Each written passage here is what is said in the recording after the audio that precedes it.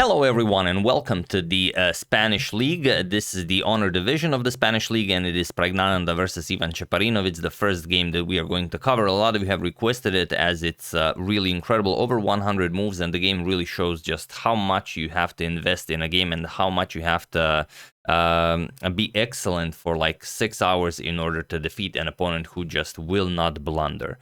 So let's dive straight into it. It is Praggnanandhaa with the white pieces and he opens with e4. I would cover this game sooner, but yesterday I was picking grapes with some friends and well, the wine is not just gonna make itself, will it? So e4, we have c5 by Ivan going for the Sicilian defense, knight f3, d6, and now knight to c3. We have knight to f6 and now d4. So waiting with that d4 push for one move. C captures, knight captures, sorry, not knight captures, queen captures actually in this game. So Pragg deviates, and it's, well, knight captures on d4 is very, very standard. Everyone plays it. Queen captures on d4 is much rarer. And after knight to c6, usually you will see bishop to b5 here, but Pragg does not go bishop to b5. He goes queen to e3. Sometimes the queen goes to d3, but e3 is again very rare. It can be played, but you know, it leaves the question unanswered. Where do you develop your pieces? Like, what are you going to do with your dark square bishop? So okay, g6. Ivan obviously also very happy to find out. We have bishop to c4 and now bishop to g7. We have h3 and both players castles. So castles, and now there are some games where a6 was played. Also, you can go knight to a5, you can go after the bishop, you can remaneuver this knight to d7, then to e5 or c5. But here we have queen to c7, and it is now already, as of move 9, that we have a completely new game. Okay, pawn to a4, we have pawn to a6, and queen to e2. Now Pragg shows us how he will develop his dark square bishop. We have pawn to e6 and bishop to e3. We have pawn to b6, preparing to fianchetto the bishop to b7. This might, however, leave the a6 pawn a little bit weak, but you have to develop this way. We have rook f to d1, and now bishop to b7. We have bishop to f4, putting pressure on that d6 pawn, and this can be treated many different ways. You can go knight to a5, put pressure on the bishop, you can just defend the pawn. Ivan goes for knight to e5. This is how he defends, and also the bishop is now hanging. So bishop back to b3, and just rook f to d8. So nothing no problems for black here. He's preparing pawn to d5. So rook to d2, Pragg wants to double up on the d file, and now knight f to d7. We have knight captures on e5, Pragg trades once, we have d captures on e5, and bishop to g5, attacking the rook, and now knight to f6. So Pragg was able to ruin Ivan's pawn structure a little bit, but still this ruined pawn structure gives him excellent central control. So rook captures on d8, rook captures on d8, and now bishop to c4, trying to take advantage of the undefended a6 pawn. It's defended once, but it is attacked twice, so you have to do something about this. Queen to c8, it's a good position for Pragg because the queen is much less active on c8 than she is on c7. In the Sicilian, c7 square is sort of a standard for the black queen.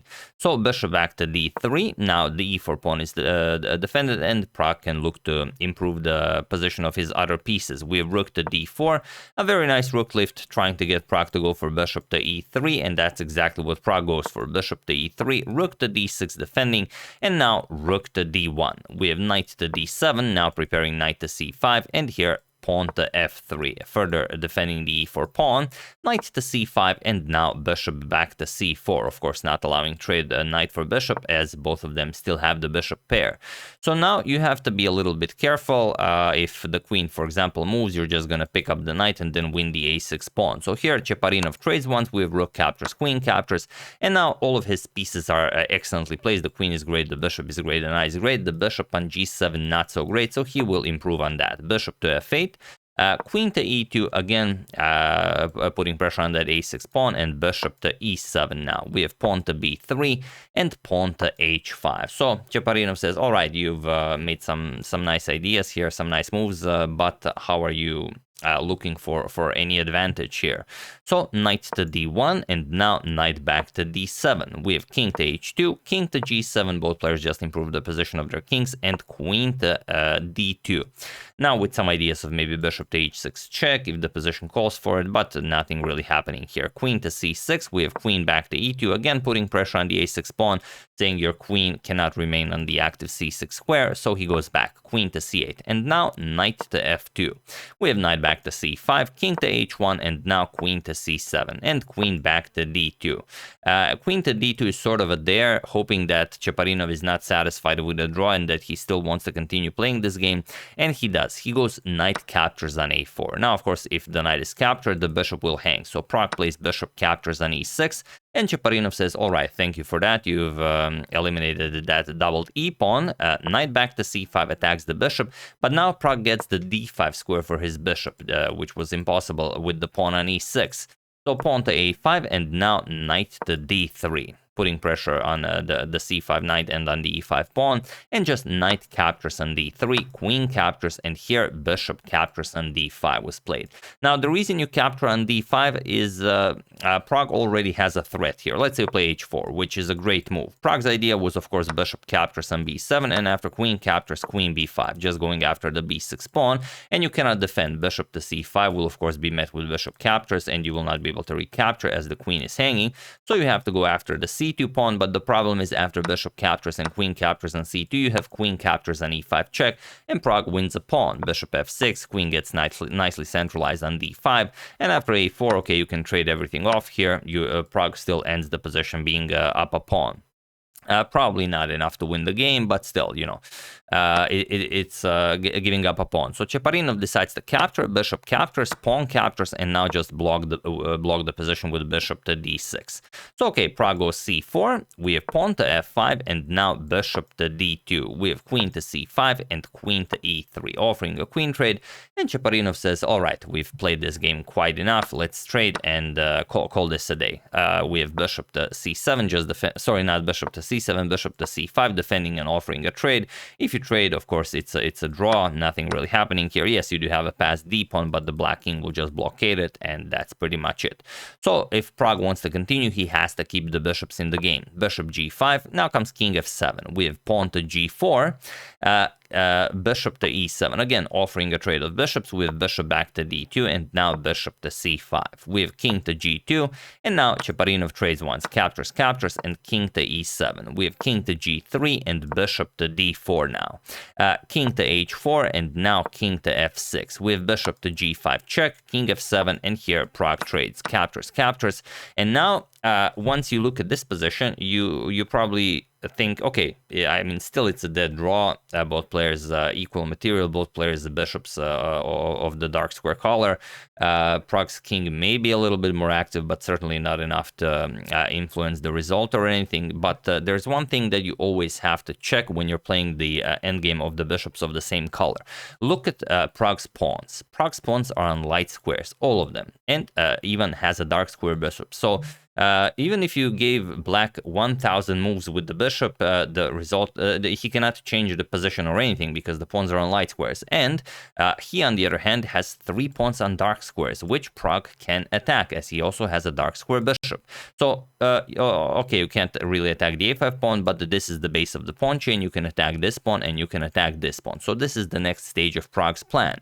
King h5, we have bishop to c5, and now bishop to h4. We have bishop back to e3, and now bishop to d8. Now we're going to position the bishop to c7 to put pressure on both of these pawns. We have king to g7, cutting off the white king from entering the game. Now comes bishop to g5 first, offering a trade. Now it would be great for Pragg if the bishops get traded off, but just bishop back to c5. We have bishop to h4, king to f7, and now bishop to g5. We have bishop to f2, and now Pragg has to go for this setup. Bishop d8, bishop to e3, and bishop to c7. So now he puts pressure on the b6 and the e5 pawns, and of course king to f6. Nothing to worry about here. Bishop to d6, and now bishop to f2. We have bishop back to b8, bishop to c5, and now bishop to c7. So how is he to make progress here? We have bishop to e3, bishop to d6, and just bishop to f2. We have bishop to a3 now, bishop to e3, and now bishop to b2, putting pressure on this pawn. So you have to be a little bit careful if the bishop moves. Maybe some f4 ideas can happen, but bishop d4 offers a queen trade, bishop to c1, and now bishop to f2. We have bishop d2, bishop to d4, and now bishop to e1. We have bishop to c5, and now bishop to c3. We have bishop to d4, and of course Pragg declines this. We have bishop to f2 and bishop to c1. We have bishop back to d4 and bishop to g5 check now. King to f7, and now bishop to h4. One thing you can never allow the white king is to touch the g6 square. If the white king touches the g6 square, then you've allowed too much and it's game over. So bishop to c5, bishop back to g3, putting pressure on the pawn. King f6, we have bishop to e1, bishop to e3, and now bishop to h4 with check. King to f7 and bishop to d8 now. We have king to g7 and bishop to e7, king f7, bishop to d6, and now king to f6. And here Pragg plays bishop to c7. And now this is a beautiful position where it's great for Pragg, but if Ivan plays precise moves, then it will be a draw, of course. But look at this. This pawn is attacked, this pawn is attacked. The king can't really move, as only the king is defending the e5 pawn. So what can you play here? Well, the move you have to play here, and just give you an example, if you play something like bishop to d4, you want to not move anything, then comes bishop to d8 check, and here's the problem. King f7, king to g5, and now you will have to move either the e4 pawn or the f4 pawn, but it doesn't matter already. Here white is completely winning. So the move you have to find here as Ivan is pawn to e4, but it was not played in the game. In the game, pawn to f4 was played. It's hard to make a choice, really. The point after e4 is that after captures and king g4, you can play bishop to g1. And you can't really play king f4, then the pawn comes to e3. And if you play bishop to f4, now, of course, if the pawn is advanced, you will play king to f3. Now you're just going to play bishop c5, and you will keep the white king cut off from the pawn. However, in the game, pawn to f4 was played, and this is now a little bit different. Now we have king to g4, bishop to c5, and now bishop to d8 with check, king to g6, and now bishop to h4. So again, not really a lot of moves for the black king. You cannot allow king to f5, so bishop to d6, and now bishop to g5, bishop to f8, and bishop to d8. Now attacking the pawn here, and bishop to c5, defending the pawn. So what has changed in this position? Well, a lot, actually. Feel free to pause the video and win the game for Pragg while I give you a couple of seconds. Sorry if I'm a bit red. I really got a lot of sun yesterday, during the grape picking. So for those of you who were able to do it, congratulations on finding this. And for those of you who just want to enjoy the show, it is pawn to d6. If you found this, you are, of course, a true master of the endgame. There is one other way you could do this. You could go bishop to h4 and then wait for black to make a move. After black makes a move, you will play bishop to f2. And when black defends the pawn, now you can play c5. This is also a way to do it, as you get past d pawn. But the Pragg's solution is much more elegant. Look at this. d6, bishop captures on d6, and now bishop captures on b6. And now instead of having the passed d pawn, which had to cross through these dark squares, now you have the passed c pawn, which has to cross these two dark squares, which are defended. And now Pragg's, of course, idea is just advance the pawn and win the game. But you have to be careful. The black king is very close to the action, so the black king can stop those pawns if you push too quickly. So bishop to b4 was played, and now not c5, but rather bishop to d8. First, stop the black king from going queenside via the f6 square, and if black king goes king f7, then you get the f5 square. And we already said if the white king touches f5, it's game over. So bishop to c3, we have pawn to c5 now. King to f7, you have to move the king. Now comes king to f5. Finally, Pragg wins the f5 square. King to e8 and bishop to c7. We have king to d7 and bishop captures on e5. We have bishop to b4 going after the c5 pawn, and Pragg trades the pawns. We have bishop captures on f4 and bishop captures on c5. So now Pragg is up a pawn. Can he win this? Well, let's see. Bishop to d2 goes after the pawn, and bishop to b6. So now the bishop is stuck on this diagonal guarding the a5 pawn. King e4, we have king to c6, and now pawn to f4. We have bishop to d8, pawn to f5. We have king to b5, and now the idea is, of course, that if Pragg gives Ivan a chance. He will just trade pawns here, and he will sacrifice his bishop for the f6 pawn if needed, and it will be a draw by insufficient material. And here, the pressure obviously got to Pragg. The winning move here is king to e5, but Pragg played king to d5, and he allowed Ivan back into the game. Now, the difference is this, because after king to e5, look at this, king to c5, you're going to play bishop to c3, king to c6, and now king to e6, and you don't really have a good way of advancing the pawn. King to b5, you're going to play bishop to f6, cut off the bishop from from touching these two squares, bishop to b6, and now you're going to play bishop to e5. If bishop back to d8, you will play bishop to d6, and next bishop to e7 will be played, and the black's dark square bishop will not be able to help out with the stopping of the pawn on the dark squares. However, here Pragg played king to d5, and now he allows him to go bishop to f6. King to e6, and now bishop to d4, and now it's much harder. Here, of course, if you play f6 right away, then like we said, you just give up material and play pawn to a4, and even if you play pawn to b4, yes, the pawn is defended, a3. And you cannot stop this. a2, doesn't really matter what you play. King to e5, you will give up the pawn. Bishop captures, king captures on b4. And again, a draw by insufficient material. So after bishop to d4, king to d6 was played, and now bishop to b2. Now, how are you winning this game? Well, you're not. So after king to d5, we have bishop back to f6, bishop to e1, and now bishop to g7. There's just no good way to do it. King to e4, bishop to f6, we have king to d3, and now bishop to g5. We have bishop to c3, and just bishop to e7. And this bishop to e7 is the move that allows Pragg to win the game once more. The move you have to play is bishop to d8, but it's such a silly position that the real problem is that Pragg can play this position indefinitely. He just has to be careful not to repeat moves, and hope his opponent does not make the perfect move every time. And this is one such position where bishop to d8 draws the game, but bishop to e7 does not, as it will give the white king a valuable tempo when marching forward. So now we have king to e4 and bishop to g5. The problem is if you play a4 here, look at this, captures, now king to d5, and now this tempo comes in really handy. King b5, king to e6 attacks the bishop, bishop to a3, now f6, and after you bring the king closer, f7. King to c7, you can't really bring the king any closer.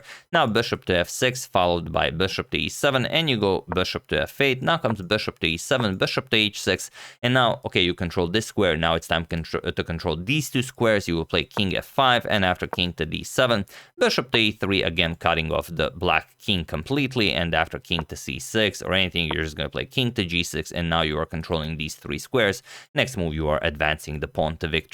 So after king to e4, bishop to g5 was played by Ivan, trying to hold on, but now king to d5, bishop to h4, and king to e6. With bishop to g5, bishop to f6, and now bishop to d2. We have bishop to e7, bishop to c3, and now bishop to a3, cutting off the black king completely here. The pawn and bishop create a wall here. Bishop to g7, and here, okay, you don't have to do it the usual way. You can actually play pawn to f6 here. This is what Pragg played, and he was in this position on move 114 that Ivan Cheparinov resigned the game, as there is nothing more to be done here. So the reason for this is that, of course, the pawn is now becoming a queen, and if you trade and play a4, now the move that wins the game is the move that almost always wins the game, and that is pawn to b4. Now look at this, king c4, king to e5, you're going to play king to b3, but just pawn to b5. And believe it or not, you are one move short from getting a draw here. King captures, you're going to play b6, and after the king moves, you have to move somewhere. If you move here, then the white pawn will queen with check, so you're going to have to do it like this, b7, a3, queen, and now king to a1. And yeah, like I said, you are one a move short from getting a draw. If this was the position, it would be a draw by stalemate. But now after king to d4 and pawn to a2, you will just move the queen, allow the king back into the game, and once king b1 is played, now comes king to d3. Now, of course, if you bring a queen into the game, then queen to c2 is checkmate, so black will try to be tricky, bringing a knight into the game.